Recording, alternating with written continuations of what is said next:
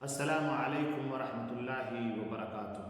محترم ناظرین کرام، اللہ تبارک و تعالیٰ نے انسان کو پیدا کیا اور اس سے کہا کہ تم جاؤ دنیا میں میری عبادت کرنا، لیکن انسان اس دنیا کے اندر آنے کے بعد کوتاہیوں کا شکار ہو جاتا ہے اور اس سے کچھ غلطیاں ایسی سرزد ہو جاتی ہیں جو ناقابل معافی ہوتی ہیں۔ ان غلطیوں کو اللہ تبارک و تعالیٰ صرف توبہ سے معاف کرے گا۔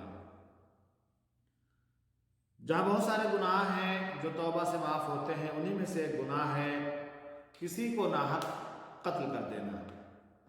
آج میں آپ کے سامنے ایک واقعہ بیان کروں گا جو بخاری شریف اور مسلم شریف کے اندر موجود ہے۔ ابو سعید خدری رضی اللہ تعالیٰ عنہ حدیث کے راوی ہیں، وہ کہتے ہیں کہ اللہ کے رسول صلی اللہ علیہ وسلم نے ارشاد فرمایا کہ ایک شخص نے 99 لوگوں کا قتل کیا، اور یہ قتل وہ کرتا رہا، اسے بالکل احساس نہیں ہوا۔ 99 قتل جب اس کے ہو گئے تو اسے خیال آیا کہ ایک قتل کا بہت بڑا گناہ ہے اور میں نے تو 99 قتل کر دیے ہیں۔ بہرحال اس نے لوگوں سے پوچھا کہ وہ کسی ایک ایسے عالم کے بارے میں بتلائیں جو انہیں ان کی کچھ مدد کر سکے۔ لوگوں نے بتلایا، لیکن لوگوں نے ایک راہب کا پتہ بتلا دیا جسے علم کے بارے میں کچھ پتہ نہیں تھا، وہ صرف ایک زاہد تھا، اسے کچھ پتہ نہیں تھا، لیکن اب چونکہ لوگ اس کے پاس آتے تھے تو فتوے دے دیا کرتا تھا۔ جیسے آج کل ہمارے ہاں لوگوں کا مسئلہ ہے کہ جب لوگ ان کے پاس جاتے ہیں تو یہ نہیں کہہ سکتے ہیں کہ میرا یہ مجال نہیں ہے، میرا یہ فیلڈ نہیں ہے، وہ ضرور فتوے دے دیا کرتے ہیں۔ اسی طریقے سے وہ شخص جب ان کے پاس آیا تو اس نے کہا کہ ایسا ہے جناب کہ میں نے 99 قتل کر دیے ہیں، تو کیا میرے لیے کوئی راستہ، کوئی سبیل ہے کہ اللہ تعالیٰ مجھے معاف کر دے؟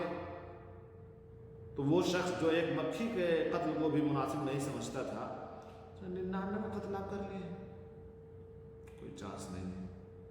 جب اس نے یہ کہا کہ 99 قتل آپ نے کر لیے ہیں، اللہ تعالیٰ آپ کو معاف نہیں کرے گا، تو اس نے تلوار سونت لی اور اسے قتل کر دیا۔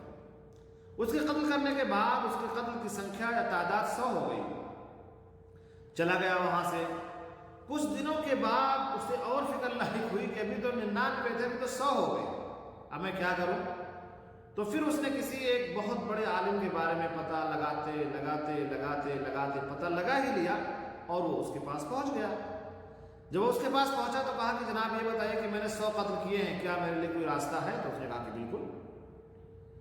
توبہ کا دروازہ اللہ تعالیٰ نے کھول رکھا، کوئی ایسی چیز ہے ہی نہیں جو مانے ہو توبہ کرنے سے۔ آپ توبہ کر لیجیے سچے دل سے، اللہ تعالیٰ آپ کو معاف کر دیں گے۔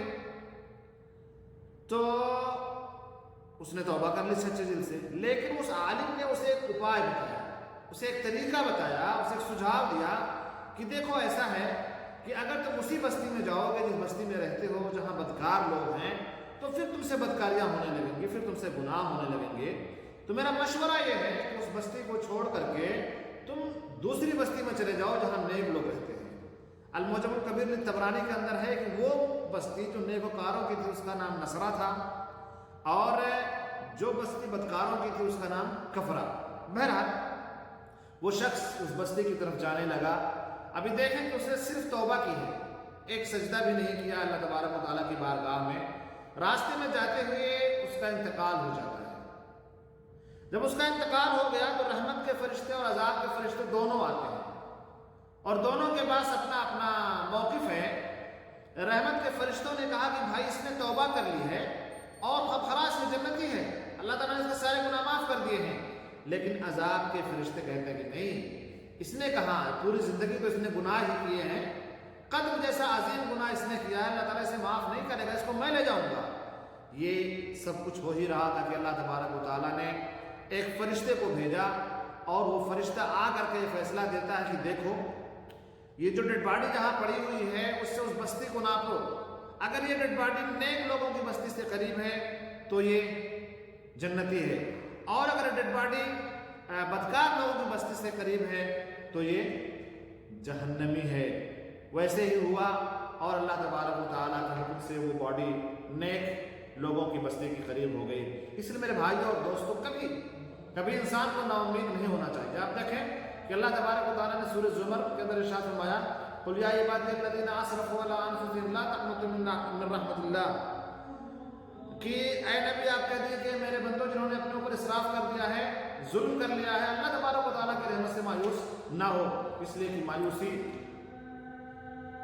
نہیں ہونا چاہیے اللہ تبارک و تعالیٰ کی ذات سے۔ اگر آپ سے بھی غلطی ہو گئی ہے، گناہ ہو گئے ہیں، تو غلطیوں کو اللہ تبارک و تعالیٰ کے سامنے رکھیں، توبہ کریں۔ میرے بھائیوں اور دوستو، یہ حدیث صحیح بخاری میں حدیث نمبر ہے 3470 اور صحیح مسلم کا حدیث نمبر ہے 2766۔ اللہ تعالیٰ سے دعا ہے کہ اللہ تبارک و تعالیٰ ہمیں سچی پکی توبہ کرنے کی توفیق دے اور ہماری توبہ کو قبول فرمائے اور ہمیں گناہوں سے بچا کر کے رکھے۔ وصلی اللہ علی نبینا محمد وعلی آلہ وصحبہ وسلم، والسلام علیکم۔